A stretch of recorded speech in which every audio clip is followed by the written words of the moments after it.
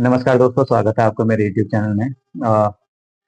आज इस वीडियो में बात करेंगे कि आस्था हमें कहाँ से कहाँ लेके चली जाती है। यानी जो भी हम अपनी समस्याएं हैं, हम अगर आस्था के जरिए उनको रिजॉल्व करने की कोशिश करते हैं, तो वो बहुत जल्दी खत्म हो जाती है। समस्या आपके पास कुछ भी रहने दो और प्रॉब्लम कुछ भी रहने दो, जब आप ये कहते हैं कि ये मेरी जो समस्या है, इसको हायर कॉन्शियस के पास भेजते हैं। हायर कॉन्शियस में यहाँ पे यूनिवर्स या जिस भी चीज को आप मानते हैं, उस समय क्या करते हैं कि आप अपनी समस्या को अब तक खुद तक नहीं रखते। जब आप समस्या को इस यूनिवर्स के हवाले करते हैं और या भगवान के हवाले करते हैं या अपने हायर कॉन्शियस के पास उसको छोड़ते हैं, तो आप उस समय क्या कर रहे होते हैं कि आपने अपनी समस्या को बोल दिया कि मेरे से ऊपर भी कोई है। यानी आप करता धरता नहीं है, जो इस यूनिवर्स को चला रहा है, इस ब्रह्मांड को चला रहा है, एक एक चीज को। तो क्या लगता है आपको, वो आपकी समस्या को खत्म नहीं कर सकता? जरूर कर सकता है। प्रॉब्लम हम सभी के साथ होती हैं, हम सभी के पास होती है। पर जब हम उस प्रॉब्लम को बहुत ज्यादा मान लेते हैं और खुद को छोटा मान लेते हैं, तब हम उसमें एक अलग ही स्टेट में चले जाते हैं। और यहाँ पे मैं रिसेंटली श्री खाटू श्याम मंदिर में गया, और वहाँ पे यहाँ से जाने से लेकर और वहाँ तक पहुँचने तक मेरे साथ बहुत अच्छा अच्छा इसलिए कहूँगा कि जब मैंने बस की सीट बुक करी, तो मेरे को जाने से 2-3 घंटे पहले ही मैंने बस की सीट बुक करी। और जब मैंने उनको कॉल किया, तो उन्होंने बोला कि आप आपने हमसे तो पूछा नहीं, आपने बिना पूछे सीट बुक कैसे कर दी, क्योंकि मेरे पास पहले से नंबर था उनका। फिर भी मैंने उससे बोला कि चलो ठीक है, अब क्या किया जाए। तो उन्होंने बोला कि सीट तो हमारे पास अभी है नहीं, बट आपको कैबिन में बैठना पड़ सकता है।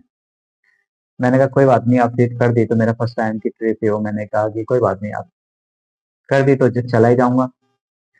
तो उसके बाद जब मैं कैबिन में बैठा, उसके कैबिन में बैठा क्या, जब बस आई रात को 8:30 बजे के आसपास, तो मुझको पता नहीं था कैबिन की क्या सीट होती है, क्या नहीं होती है, उसके बारे में मुझे कोई भी आइडिया नहीं था।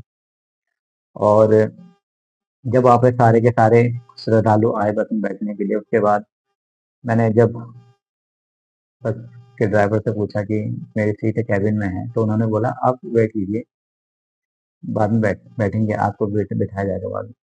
तो मैं जब ठीक है, मैं वेट कर लिया उसके बाद। और जब सारे सारे पैसेंजर चढ़ने लगे, सारे श्रद्धालु चढ़ने लगे, तो मैं और एक दूसरे वहाँ पे जो अ, श्रद्धालु जा रहे थे, तो उनकी मेरी बात हुई। तो उन्होंने बोला कि आपकी सीट क्या है, मैंने बोला आपकी सीट क्या है। तो उन्होंने बोला कि मेरी सीट बस के अंदर है। और जब मैंने उनको बताया कि मेरी सीट कैबिन में है, बस कैबिन में, तो वहाँ पर उनका था कि मुझे अंदर की सीट अच्छी नहीं लगती, मैं आपकी सीट पे बैठना चाहूंगा, आप मेरी सीट पे बैठ जाइए। जो मेरे माइंड में चल रहा था पहले कि मुझे कैबिन में कैसी सीट मिलेगी, क्या मिलेगी, कैसा होगा, क्या होगा, और लंबा सफर है बस का, 6-7 घंटे लगते हैं, कैसे मैनेज हो पाएगा। तो वहाँ पे जो मेरी आस्था है और जो मेरा विश्वास था, वो कहीं ना कहीं यूनिवर्स ने या कह लीजिए बाबा ने वो टूटने नहीं दिया। और मैं वहाँ पे फिर मैंने उनको कहा कि कोई बात नहीं, आप मैं मैनेज कर लूंगा। तो उन्होंने उन्होंने एक ही कहा कि आप ठीक है, बैठ जाना। तो 1 घंटे तक तो मैं उस कैबिन में बैठा, बस मैं बोर ही हो गया था वहाँ पे बैठे बैठे।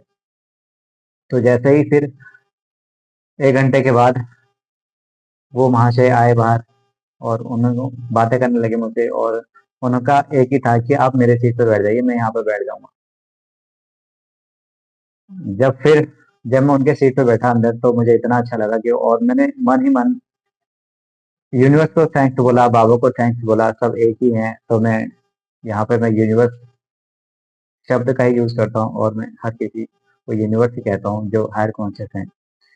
तो मैंने थैंक्स बोला उनको, और उन्होंने उनका उनका एक ही था कि आप आराम से बैठ जाइए अंदर।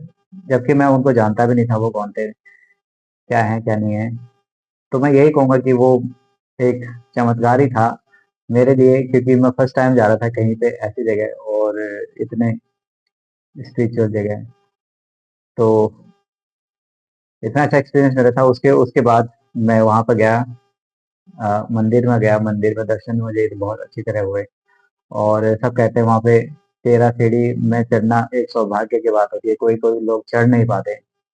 तो मैं अनजाने में वहाँ पे 13 सीढ़ी पे चढ़ा, वहाँ पे दर्शन किए, उसके बाद एक और राउंड लिया मैंने, उसके बाद फिर दर्शन करे, मैंने उस बार 2 बार दर्शन करे वहाँ पे। और सब कह रहे थे वहाँ पर भीड़ होगी काफ़ी ज़्यादा और शायद दर्शन अच्छी तरह से ना हो पाएँ। तो मेरे लिए तो ये जर्नी काफ़ी चमत्कारित रही। और शायद मैं अच्छे शब्दों का प्रयोग ना कर पाया हूँ तो आई एम सॉरी, बट यहाँ पे मेरी एक जो भावनाएँ हैं वो आप लोगों के साथ व्यक्त करना चाहता था कि वो इसलिए कि आप लाइफ में आपको कुछ भी चाहिए या कुछ भी नहीं भी चाहिए, आपको आस्था के ज़रिए आपको कुछ भी चीज़ हासिल कर सकते हैं अपनी लाइफ में। ईश्वर कह लीजिए, भगवान कह लीजिए, ब्रह्मांड कह लीजिए, वो आपको हम सभी को बहुत प्यार करते हैं, क्योंकि हम थोड़ा आगे जाके मैं इसमें बात करूँगा कि हम जो भी इस धरती पे हमारी जर्नी है वो कुछ लर्निंग के लिए हम यहाँ आते हैं। और वो लर्निंग जब हम यहाँ पे सीख लेते हैं तो हमारा जो सोल का पर्पस है यहाँ आने का वो पूरा हो जाता है। तो लर्निंग सबकी अपनी अलग-अलग होती है और सब लर्निंग के जो एक हाईवे कह लीजिए इसको अगर आसान भाषा में, कोई इस लर्निंग के हाईवे में कोई 100 किलोमीटर आगे है तो कोई 100 किलोमीटर पीछे। तो जो भी आपको अपनी लाइफ में चाहिए, फिर एक बार फिर आपको पूर्ण आस्था के साथ, जो सबकॉन्शियस माइंड का रोल भी है और आध्यात्मिक आध्यात्मिक रोल भी है, आपको आस्तिक होना है वहाँ पे। आस्था से आप कुछ भी हासिल कर सकते हैं। तो अगर वीडियो अच्छी लगी हो तो वीडियो को लाइक, शेयर, कमेंट ज़रूर कीजिए। और एक जो मेरी छोटी-सी इस वीडियो में जो मैंने बाबा खाटू श्याम जी का जो एक ये जो मेरा अनुभव है था वहाँ का, बड़ा अच्छा था। और आप भी आस्थावान होइए और जो भी अपनी लाइफ में आप चाहते हैं, आपको वो सब मिले। तब तक के लिए वीडियो में इतना ही और मिलते हैं अगले वीडियो में। Bye bye, thank you.